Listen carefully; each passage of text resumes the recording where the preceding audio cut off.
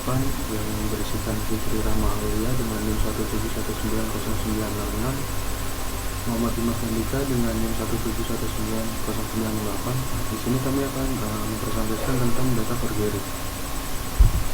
Pengertian data forgery sendiri itu menurut Universitas Bahasa Indonesia, pengertiannya adalah keterangan yang benar atau nyata.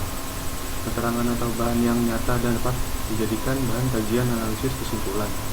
Sedangkan pengertian forgery adalah pemalsuan atau tindak pidana berupa memalsukan atau meniru secara tidak sah dengan itikat buruk untuk merugikan pihak lain dan sebaliknya menguntungkan diri sendiri. Dengan kata lain, pengertian data forgery adalah data pemalsuan, atau dalam dunia cybercrime, data forgery merupakan kejahatan dengan memalsukan data pada dokumen yang penting tersimpan pada skrip dokumen.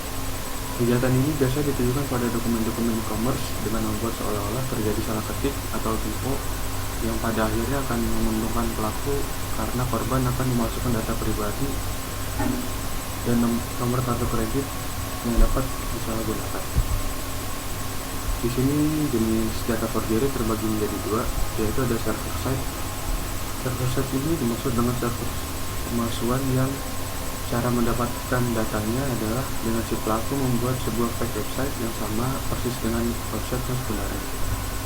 Cara ini mengandalkan dengan kelemahan dan kesalahan pengguna karena salah ketik. Yang kedua yaitu ada client side.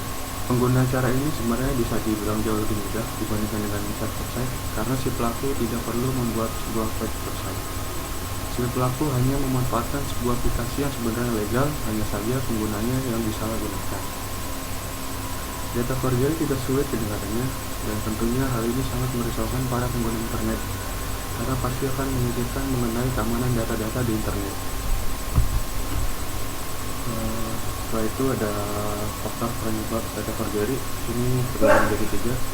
Ada faktor politik, biasanya dilakukan oleh oknum-oknum tertentu untuk mencari informasi tentang lawan politiknya. Kedua ada faktor ekonomi.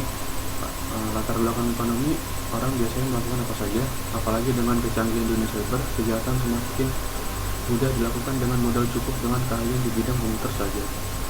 Yang ketiga ada faktor sosial budaya. Ada beberapa aspek untuk faktor sosial budaya. Yang pertama ada kemajuan informasi. Semakin canggih dan seiring itu pun mendorong rasa ingin tahu para pecinta teknologi dan mendorong mereka melakukan eksperimen. Untuk SDM sendiri ini manusia memiliki potensi dalam bidang IT yang tidak dioptimalkan sehingga mereka melakukan kejahatan cyber. Untuk komunitas membuktikan keahlian mereka dan ingin dilihat oleh orang atau dibilang hebat, dan akhirnya tanpa sadar mereka telah melanggar peraturan ITE. Selanjutnya untuk contoh kasus data forgery.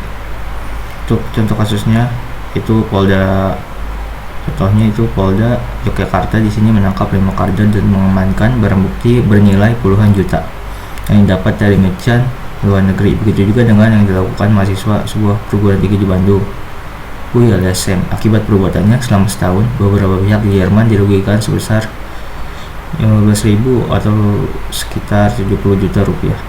Para karder di sini beberapa waktu lalu juga menyadap data kartu kredit dari 2 outlet pusat perbelanjaan yang cukup terkenal.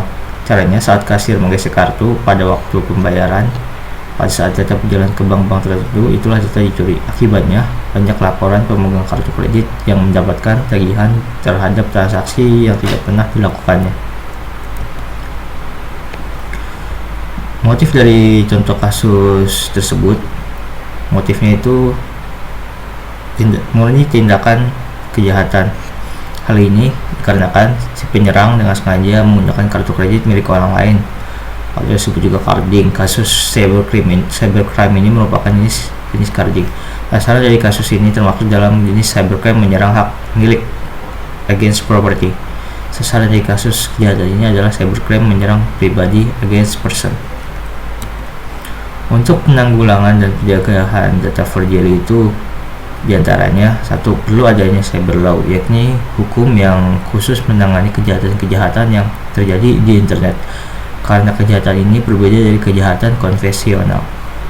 Yang kedua, perlunya sosialisasi yang lebih intensif kepada masyarakat yang bisa dilakukan oleh lembaga-lembaga khusus. Yang ketiga, penyedia web yang menyimpan data-data penting diharapkan menggunakan enkripsi untuk meningkatkan keamanan.